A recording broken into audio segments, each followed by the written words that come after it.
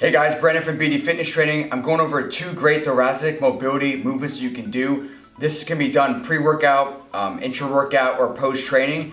Primarily, you'd like to do this pre-workout just to mobilize your spine, make sure that you can get into proper mechanics for your exercises. This can be done at home. The great thing about this too is, like, if you're at home, you can do this on a couch. It's that easy. All you need, I'm gonna use a bench today, but you can do this on a couch or anything that has this kind of height. So obviously I talked about thoracic mobility and the importance of it. If you have poor thoracic mobility, I won't go too much into this, but you end up with bad posture alignment, bad posture deviations. That's gonna basically kind of ruin your workouts and can have a higher chance for injuries in and outside of the gym. So we're trying to make sure that you can get good thoracic extension. If you don't know, the spine is separated to three parts, right? Your cervical spine, which is your upper spine, your thoracic, which is that upper mid spine, which is what we're going to target today, and then your lumbar spine, which is your lower spine. But most of the time, again, we don't have too much mobility issues in cervical and lumbar. It's usually the thoracic spine that people get a lot of different, just like muscle tightness, and it's just a problem area. So what we're going to do, and that just comes from, again, like faulty movement, bad posture throughout your life, being just pattern overload, being in certain positions for too long, and just not keeping a conscious effort of like having good, just standing tall and having your shoulders back and your chest up throughout the day. So what we're gonna do, I got a bench here. Again, you can do this with anything that kind of looks like this or your couch at home. But first movement we're gonna do, this is very similar to a foam roller, but again, this is for people who don't have maybe some tools in the gym such as foam rollers. So what you're gonna do is go mid shoulder blade on the bench. So from here, I'm right in the middle of my thoracic spine here. I got my hips high, right? I'm gonna keep my head, my whole body neutral, but I'm going to slowly drop my hips down to the floor as I brace my core. So, we'll do this first. We're gonna brace our core first, then we're gonna drop our hips slightly, and then I'm going to push my upper back, my neck towards the bench as well. So I'm kind of prying my body over top of this bench without losing my abdominal tightness here. So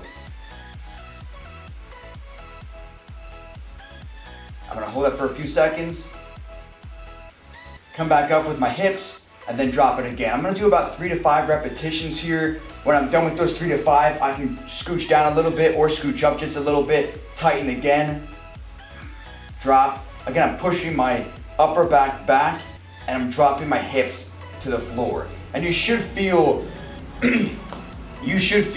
some sort of discomfort just because it's not the most comfortable feeling in the world, especially if you do have more of a overly kyphotic posture than myself or most people. But know that it's doing good for your spine. It's creating better curvature for yourself.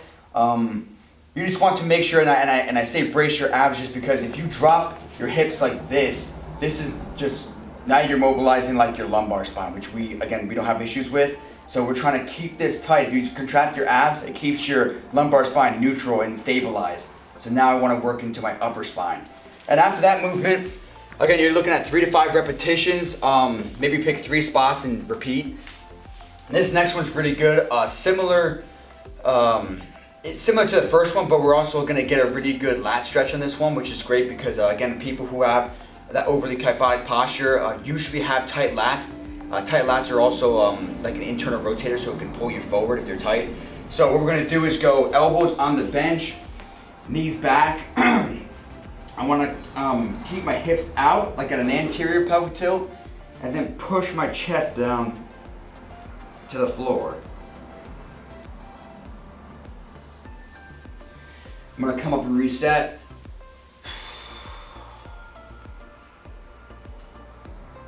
Good breath out on the way down. I'm doing that for anywhere from 5 to 10 repetitions, maybe like 2 to 3 seconds at the bottom. There's no right or wrong on the seconds here, but you can just do what you feel comfortable with. But you want to work with many, or not many, but definitely multiple repetitions, for each set. And again, these can be done pre-workout. I would definitely recommend pre or post training, but you can also do them in between commercials at home if you're really struggling. With the rounded shoulders, bad thoracic mobility, then this is something that you want to obviously keep consistent in your training and just throughout the day. So give this a shot, guys. Let me know what you think. Leave me a comment below on a video you want to see next. You can email me with any questions. I have all my information in the description box. Hopefully this helps you guys. And if you, like I said, if you want me to film a video you have any questions on, please send me an email. And also, if you're in the area, I do in-person personal training. This is my studio here, so we can work together on that. Or if you're looking for personal training but you're not in the area, I also do online training as well, which I work with people all over the country, so I can help you.